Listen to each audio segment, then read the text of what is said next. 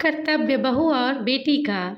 सुबह सुबह का समय था। अनीता जी जब रोटी बना रही थी तभी किसी ने दरवाजे की बेल बजाई। अनीता बेचारी रसोई घर में अपने हाथों में लगे आटे से भरे हाथों को धोने के लिए झुकाई कि दरवाजे की कुंडी लगातार बज रही थी। वह लगातार बोल भी रही थी कि थोड़ा रुको, मैं आ रही हूँ। अब इस उम्र में वह भागकर भी तो नहीं जा सकती थी दरवाज़ा खोलने के लिए। जैसे ही उसने दरवाज़ा खोला और सामने देखा तो उसकी बेटी काजल दरवाजे के बाहर खड़ी थी। तब उसे आश्चर्य हुआ कि कुछ बताया भी नहीं, मैंने भी नहीं बुलाया तो काजल अचानक कैसे आ गई। अपनी बेटी को देखकर अनीता बोली, आने से पहले बताना तो चाहिए था। अकेले आई हो क्या? जमाई जी और बच्चे कहाँ हैं? अनीता ने एक साथ कई सारे सवाल किए। तभी काजल बोली, माँ, क्या कोई अपनी प्यारी इकलौती बेटी का ऐसे स्वागत करता है? मुझे लगा कि तुम मुझे अचानक देखकर बहुत खुश होगी और सबसे पहले मुझे गले से लगा लोगी, पर यहाँ तो उल्टा ही हो रहा है। शायद तुम दुनिया की पहली माँ होगी जो बेटी को ससुराल से अपने घर आते देख खुश होने के बजाय चिंता में पड़ गई। क्या मैं अकेली इस घर नहीं आ सकती? क्या हमेशा दामाद और बच्चों के साथ ही आना ज़रूरी है? बोलकर काजल घर में प्रवेश कर गई और अपना सामान रखकर बोली, भाभी कहाँ है? भाभी जल्दी चाय नाश्ता लेकर आओ, आपकी ननद आई है। बहू घर पर नहीं है, अपने मायके गई है, माँ ने कहा। अच्छा, इसलिए तुम घर संभाल रही हो और खाना बना रही हो माँ? तुम्हारी बहू के तो बड़े ठाठ हैं। बहू मौज से घूम रही है और सास घर संभाल रही है। देखो ना, आपने अपने बहू को आने से पहले ही खाना बना कर रखा है। उसे घर आकर कुछ भी काम करने की ज़रूरत नहीं पड़ेगी।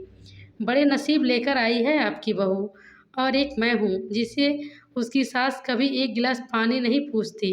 काजल ने ताना मारते हुए कहा, बेटा, प्यार और इज्जत ऐसी चीज़ है जो हम पहले किसी को देते हैं, फिर उससे अपेक्षा रखते हैं कि वह भी हमें वापस दे। माँ ने उसे समझाते हुए कहा। माँ ने आगे कहा कि हर लड़की को अपने ससुराल में जगह बनानी पड़ती है। वहाँ कुछ भी आसानी से नहीं मिलता। तुम अपनी सास से एक गिलास पानी की अपेक्षा करती हो। तुम तो उनकी बहू हो। तुम बहू हो, फिर भी तुमने कभी उन्हें एक गिलास पानी दिया है क्या? तुम शादी के बाद ससुराल में रही ही कितने दिन?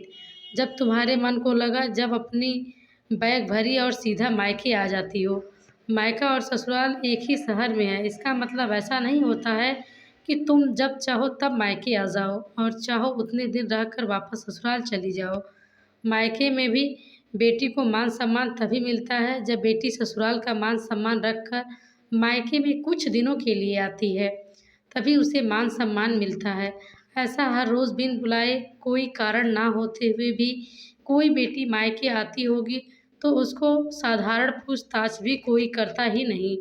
तुम मेरी बहू को बोलती हो ना, तो तुम तो मेरी बहू की बराबरी ही मत करो।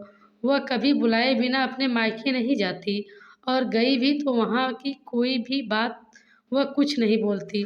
जब वह घर में रहती है तो वह मुझे घर के कोई भी काम करने के लिए नहीं बोलती। अब मेरी इच्छा से घर के काम कर रही हूँ। वह मुझे काम करने को नहीं कह कर गई है। अपनी बेटी को माँ के सिवाय अच्छा कौन समझ सकता है? मुझे तुम्हारा स्वभाव अच्छी तरह पता है। तुम्हारे ससुराल में सब लोग अच्छे हैं। तुम ही उनके साथ मिलजुल कर रहना नहीं चाहती। ससुराल तो ससुराल होता है और मायका भी मायका होता है। मायके में घर का काम अपनी मर्जी से होता है। ससुराल में सबसे पहले सबका दिल जीतना पड़ता है, सबको अपना बनाना पड़ता है। उसके लिए छोटों से लेकर बड़ों तक सबको प्यार करना पड़ता है। सबकी पसंद नापसंद का ध्यान रखना पड़ता है। सबसे प्यार से बोलकर उनको घर के कामों में मदद करनी पड़ती है। तभी सब लोग घर में आई नई बहू को स्वीकार करते हैं, उसे अपना मानते हैं। तुम जिम्मेदारी लेने के लिए तैयार ही नहीं हो, इसलिए रोज़ रोज़ मायके चली आती हो। यहाँ आकर भी वही करती हो। अभी की बात देख लो, घर में कदम पड़े नहीं कि रखा उतने ही भाभी को ऑर्डर देना शुरू कर दिया। भाभी, मुझे चाय नाश्ता लेकर आओ। वह व्यक्ति घर में है या नहीं है, वह कैसी है, उसकी तबीयत कैसी है, वह पूछना भी ज़रूरी नहीं समझा। घर में आए मेहमान मेहमान नवाजी की होती है, पर उनका बर्ताव बोलना सामने व्यक्ति को पसंद नहीं आता। मेहमान नवाजी ना मांगते हुए पूरी होती है, पर तुम्हारा ऐसा बर्ताव मुझे पसंद नहीं आता। तुम ससुराल के लोगों को कैसे पसंद आएगा? तुम बोलती हो ना तो बहू का बहुत ठाठ है, वह बहुत सही है, उसने हमारा दिल जीत लिया है और एक दिल में खुद की जगह बनाई है। वो रोज़ तुम्हारे जैसे ससुराल वालों के साथ झगड़ा करके मायके नहीं जाती। इसी वजह से ससुराल और मायका दोनों जगह उसकी इज़्ज़त होती है। जब तक उसके अपने मायके से बुलावा नहीं आता तब तक वह जाती नहीं। आज माँ ने अपनी बेटी को उसके बर्ताव के दोष दिखाए, क्योंकि उसे लगता था कि अपनी बेटी को अभी नहीं समझाया तो वह उसे कभी नहीं समझेगी। तब तक बहू भी घर आ गई। उसने काजल को देखते ही बोली, अरे दीदी आप कब आई? मुझे फ़ोन किया होता तो मैं जल्दी घर आ गई होती। इस पर काजल बोली, नहीं नहीं भाभी, मैं वापस जा रही हूँ। अभी मेरी सास से फ़ोन आया था, उनके सीने में दर्द हो रहा है, मुझे वापस जाना है। आऊँगी वापस कभी यहाँ, बोलकर काजल अपना सामान लेकर चली गई। तभी उसकी भाभी ने उसे रोकने का प्रयास किया, पर उसकी सास ने अपनी ही बेटी को रोकने के लिए मना किया और बहू को बोली, बहू जाने दो उसे, पहले अपना घर संभालने दो, उसके बाद उसे मायके में आने दो। तुम्हें भी किसी के बुलाने पर नहीं तुम्हारे मायके जाती हो क्या? तुम बहू की तुम भी बहू समझ गई कि सास उनकी बेटी के जीवन का पाठ पढ़ाया। काफ़ी महीने हो गए काजल का फ़ोन नहीं आया था। वह खुद ही मायके नहीं आई, इसलिए उसकी माँ ने उसे फ़ोन किया।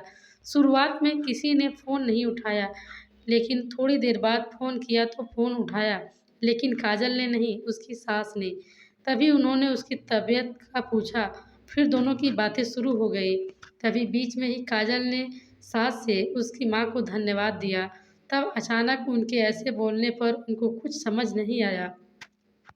इसलिए अनीता जी ने वापस पूछा, आप और आप किस बात के लिए, क्या हो गया?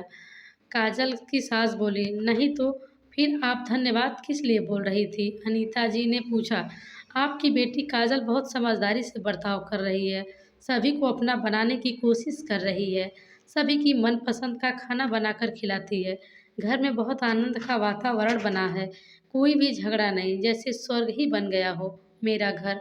इसलिए मैं आपको धन्यवाद बोल रही हूँ। आपकी बेटी के अच्छे बर्ताव से यह दिन हमें देखने को मिला। हम बहुत धन्य हो गए। पहले हमें उसकी तरफ कोई भी अपेक्षा नहीं थी, पर आपने उसे समझा कर भेजा और उसके स्वभाव में बदलाव आया।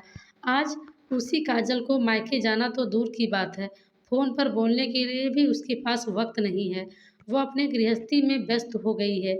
दोस्तों सभी मानोगे, अगर बेटियों को ऐसा समझाया और उनको समझ आ गया तो किसी भी घर में झगड़ा नहीं होगा